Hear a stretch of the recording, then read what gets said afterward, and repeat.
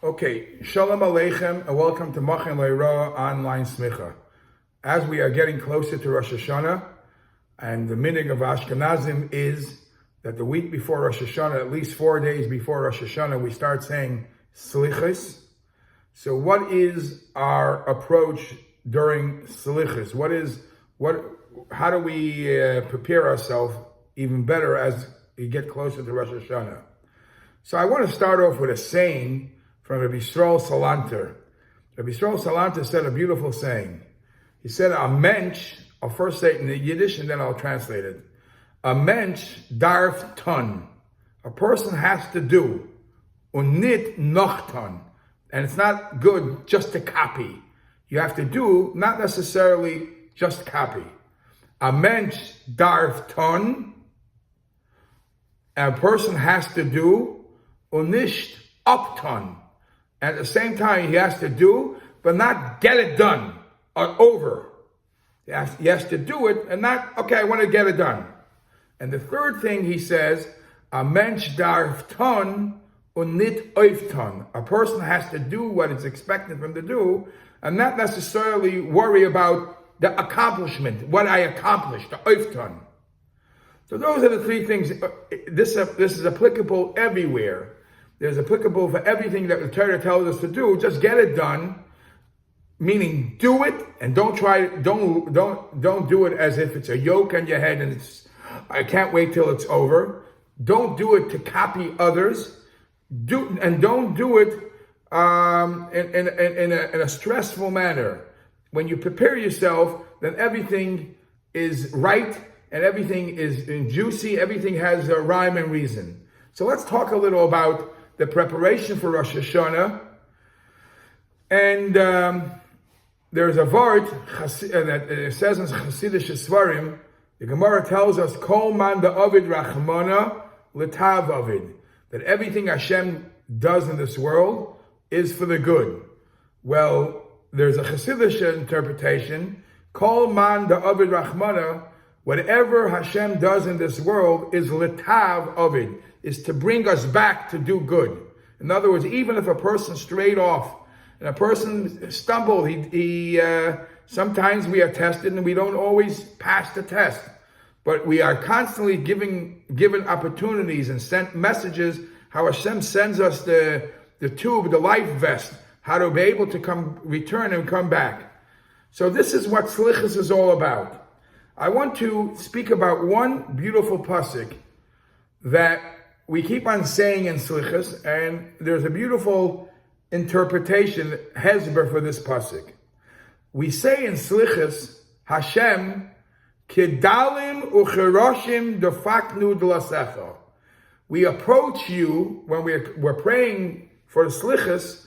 We're coming to you, kedalim ucheroshim, like poor people. There are two different terms of a dal and a rosh. Defaknu d'lasecha. Like poor people come who bang on the doors. That's how we are approaching you, Hashem, like poor people who have nothing, begging by the door, begging for forgiveness. And the question is, what kind of doors? What is it? What doors are we banging? Why are we expressing it in dalim v'roshim? So I saw a beautiful pshat. You know that one of the main jobs that the Satan, the Yetzer Hara, tries to tell a Yid is don't be so enthusiastic, don't be so full of chayas to fulfill Hashem's will. Meaning, yes, there is Hashem, but there are other things, God forbid, that you should worship. It doesn't mean it could be a terrible thing like idols, or even worship money, worship nature. Don't put all the eggs in one basket. It's not all Hashem. Now, we say, Shema Yisrael, Hashem Elokeinu, Hashem Echad.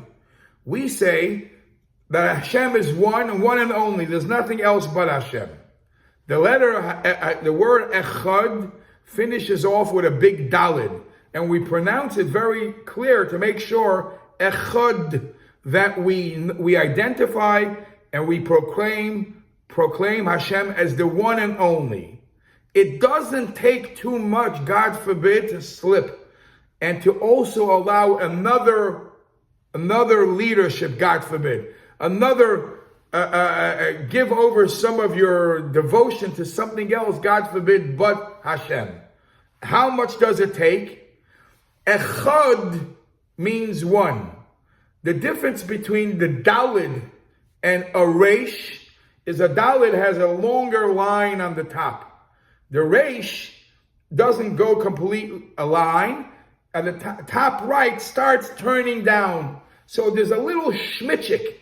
There's just a little more that the Dalid has more ink to it than the Reish. And there's a total change of word. If you say Hashem Elokeinu Hashem Echad Dalid, it means Hashem is the one and only. If you don't stress the Echad, and it could be read, God forbid, or you don't have the Dalet spelled out correctly and it looks like a Reish, then it's Acher. Acher means other. Completely different. Whereas if he's the only one and only, or he's one of many, there's the other ones too. So if a person, all it takes for somebody is to slip a little, just to chip off a little of the Echad, and then it becomes Acher, and you have some other gods that you are serving. Again, it doesn't have to mean idol worship. You're serving money, you're serving fame, you're enslaved to other things. You're not identifying yourself as totally being Hashem's servant. And that takes a little slip. And that is the whole gear, the whole life supply of what the Yetzer Hara is trying to do to a Yid, Rahman al-Litzlan, is to change the Dalid of a Yid, the one that we proclaim Hashem being the one and only, into a Reish. This is perhaps what we say, Kidalim Ucharashim. Dalim meaning either the Dalid, either proclaiming Hashem as the one with the Dalid, Ucharashim, or God forbid, if it sounds like a Reish, Dafaknu Dlasecha. Dlasecha over here doesn't only mean we came banging on your doors. Dafaknu, we came banging, saying it's Dlasecha, it's a Dalid. We are loud and clear that we are only proclaiming Hashem one and only. Echad.